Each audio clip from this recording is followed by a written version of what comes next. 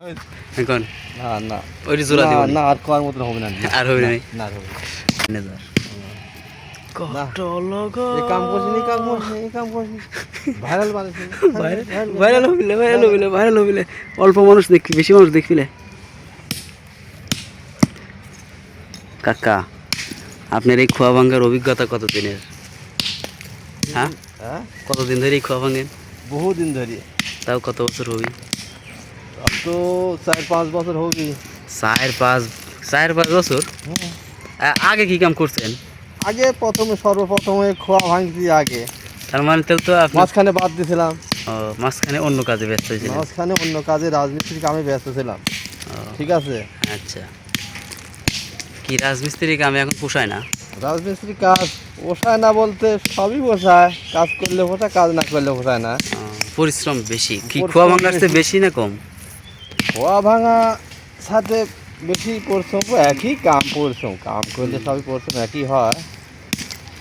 এই যে এখন এই যে ডিজিটাল যুগ আছে, মেশিন দিয়ে ভাঙে, এখন আপনার কাম কমে গেছে তাই না? যে কাজ কমে গেছে এখন।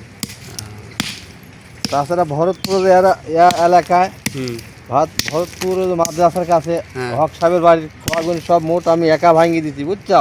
মানে এই হাতুর দিয়েই এই 2 তলা বিল্ডিং বানাইছে এই হাতুরের বাইরে নি খোয়া দিয়া। হ্যাঁ হ্যাঁ। কতদিন লাগছিল তাও ভাঙতে? তা মোটামুটি 1 মাস লাগিয়েছে আমার। এই 1 মাস। আর দেখেন এখন মেশিন এসে কি হলো, 1 মাসের কাম একদিনে হয়ে যায়। একদিনে হয়ে যাচ্ছে। কিন্তু এই যে আপনি 1 মাস কাম করতেন, আপনার কর্মসংস্থানটা হারাই গেল। এখন আমি কি করি? তাও ওই মাঝে মাঝে টুকটাক হচ্ছে না? টুকটাক হচ্ছে মাঝে মধ্যে। এটা একটা শিল্প বলা যেতে পারে। হ্যাঁ, শিল্পপতি।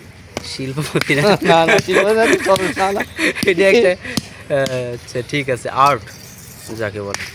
এই যে দেখেন কি সুন্দর করে বাড়ি দিচ্ছে, একটা বাড়িও হাতের আঙ্গুলে লাগে না। একটা বাড়ি হাতে আঙুলে লাগে না। দেখেন আমার সাথে কথা কইতে কইতে আবার হাতে মধ্যে মারেন না। না মারবো না, সাবধানের সাথে কাজ করেন। মারবো না। আমাদের দেশে এরাই হচ্ছে বীর।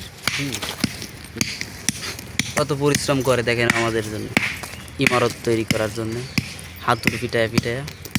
ঠিক আছে কাকু, আমি ব্যস্ত আছি, আপনার সাথে এই পর্যন্তই কথা শেষ। আল্লাহ হাফেজ, ভালো থাকেন। ওকে। আর সবাক কোয়েন ভিডিও দেখি একটু কমেন্ট করতে কয় দেন, কোন লাইক দিতে, একটা লাইক আর একটা কমেন্ট। আচ্ছা ঠিক আছে।